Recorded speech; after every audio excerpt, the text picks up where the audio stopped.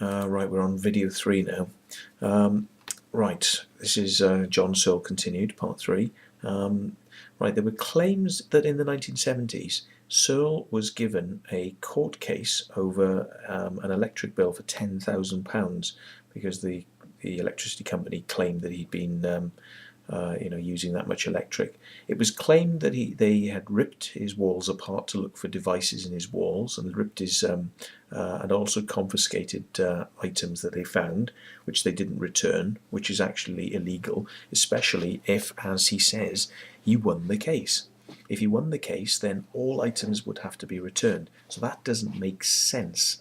Okay, from a legal point of view, that doesn't make any sense at all. Okay, that's not to say it wouldn't happen, but it doesn't make much sense. Okay, Searle says that the judge ruled in Searle's favour, saying that Searle was a more clever man than the man from the electricity board. Well, of course, if Searle is giving it this and is like this, then he would say that, wouldn't he?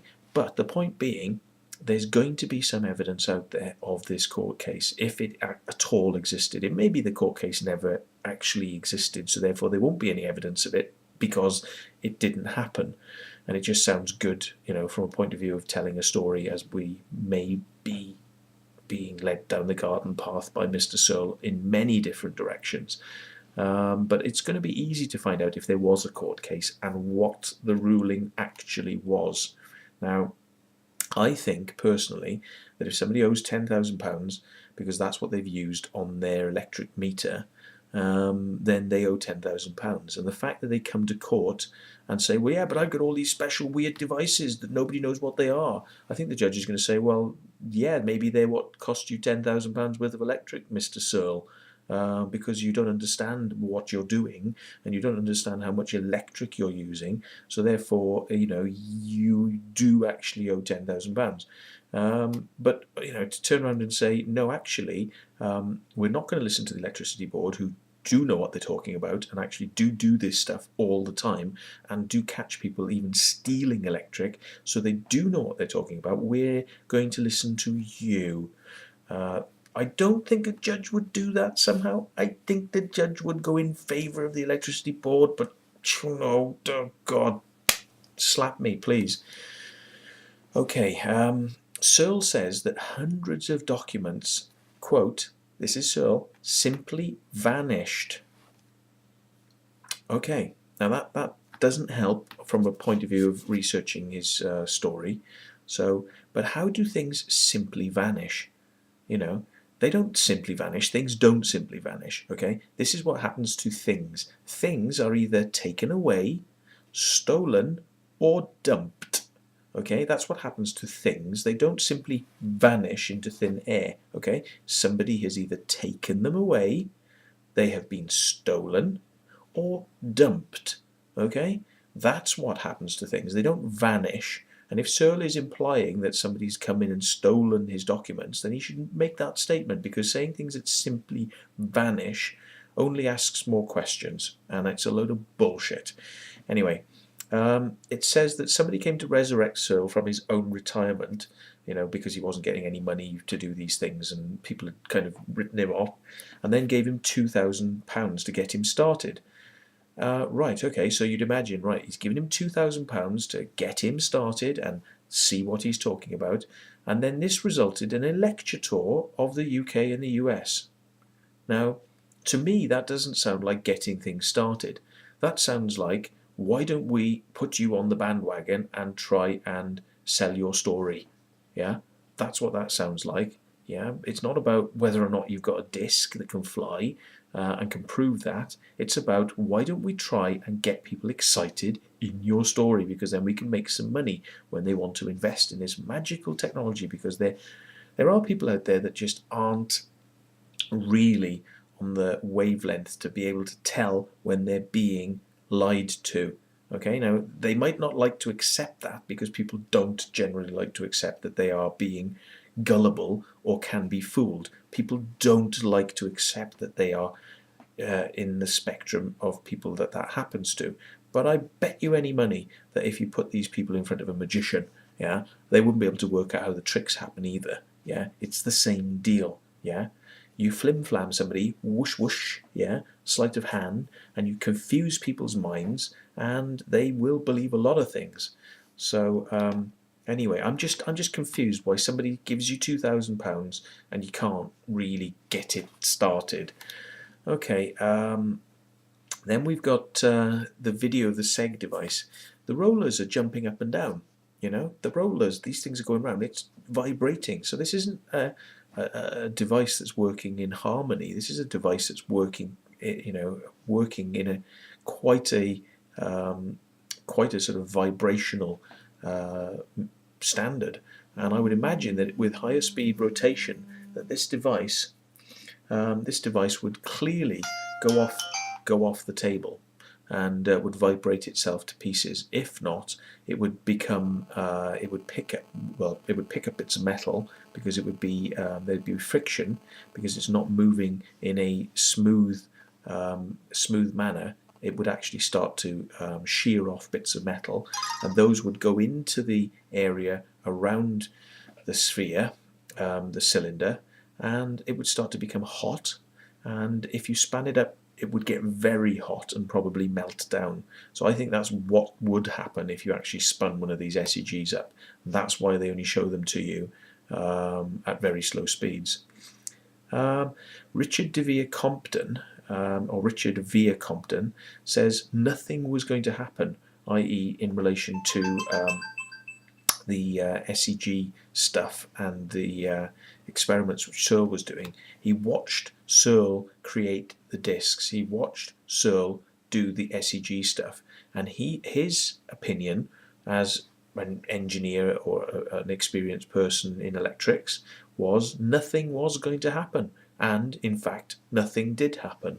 So it's also stated that Searle is deaf. Now it appears in the video that he isn't deaf, because he's listening to people and he's answering and responding, but it was stated that Searle is deaf.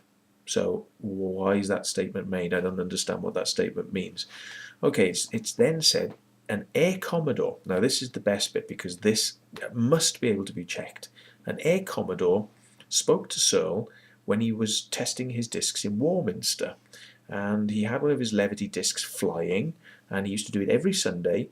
And the Air Commodore found out that he was involved in this, and said, I want to see one of these discs actually going. So the Air Commodore came down, saw Searle's disc flying, realised that it was the reason that people were saying they were having sightings of discs in Warminster, went on the television and said, it's all okay, folks, it's okay. We now know what these UFOs are in Warminster. It's Mr. Searle, and he's just a genius, and he will be really famous one day, and his technology will far surpass things going on in Russia and America, and you know they will sort of bow down to his wonderful knowledge, Mr. Searle.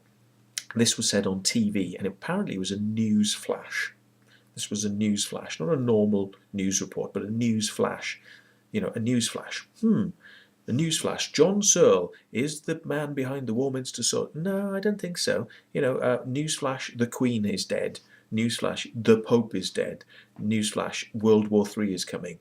Newsflash, Mr. Searle is the author of the UFOs in Warminster. No, that wouldn't be a newsflash. That would be part of the normal news. Why would it be a newsflash? It's not worthy enough information to be a newsflash, in my humble opinion. So, who was the Air Commodore? For a start, Searle couldn't remember his name, convenient, but who was the Air Commodore, and is there any evidence of that transmission taking place, or is it just more very big waffle claiming things that obviously aren't true? Now, I'm trying to track down some of the people that were mentioned in the video, and I'm going to try and see what they've got to say about the way they were represented in the video, whether they were happy with that or not, and I'll get back to you with what I managed to find. But Searle claims that one of his unmanned units could fly from the UK to Australia in 30 minutes. He's quite clear about that. Now, the distance from roughly somewhere in the middle of the UK to the middle of Australia is 9,417 miles. Okay, that would mean that if this disk got up to full speed, it would be traveling, and if it got up full speed very quickly, it would be traveling at about 18,000 miles per hour. Okay, now he talks about you being able to run a manned craft at this speed, but literally, if it was to do it in 30 minutes, there would be a G-force problem, because you're talking at least 1G, I've managed to work out roughly, at least 1G, which is quite a lot of pull power, and possibly 2G. So you're talking 2G. Now bear in mind that if you're talking 3 and 4G, that's very hard performance maneuvers in an aircraft. That is quite sickening. Yeah, 5 and 6G is about the limit that rookie pilots can withstand before passing out, and that's only for a short amount of time before they pass out. So I'm interested to know how this craft could accelerate, according to Searl, with its occupants on board, with the effects of G-force, to get to 18,000 miles per hour and get to Australia in 30 minutes. Now, with the acceleration forces going up in speed, yeah, and then the deceleration forces on the other side, how could it do it in 30 minutes? I'm just interested in the physics here, and I'm trying to do some rough maths to work it out. If anyone can help me, I would be interested in speaking to you. And what else have we got? What about the friction forces on the on such a craft? What about the friction of air on the outside of a disc that's traveling at 18,000 miles an hour? I mean, that's going to create a lot of friction and a lot of heat. And the Blackbird, which that could only travel at a couple of times the speed of sound, that used to get very hot. So at 18,000 miles an hour, I would imagine this thing would be coming like a bloody re-entry of a meteorite. This thing is going to be coming really hot. So what about the science behind that? It sounds great to say, oh yeah, we could get to Australia in 30 minutes. It's wonderful, isn't it? But where's the science? So anyway, that's the points I've managed to bring up for the moment, and hopefully you'll have some extra points that you'd like to add.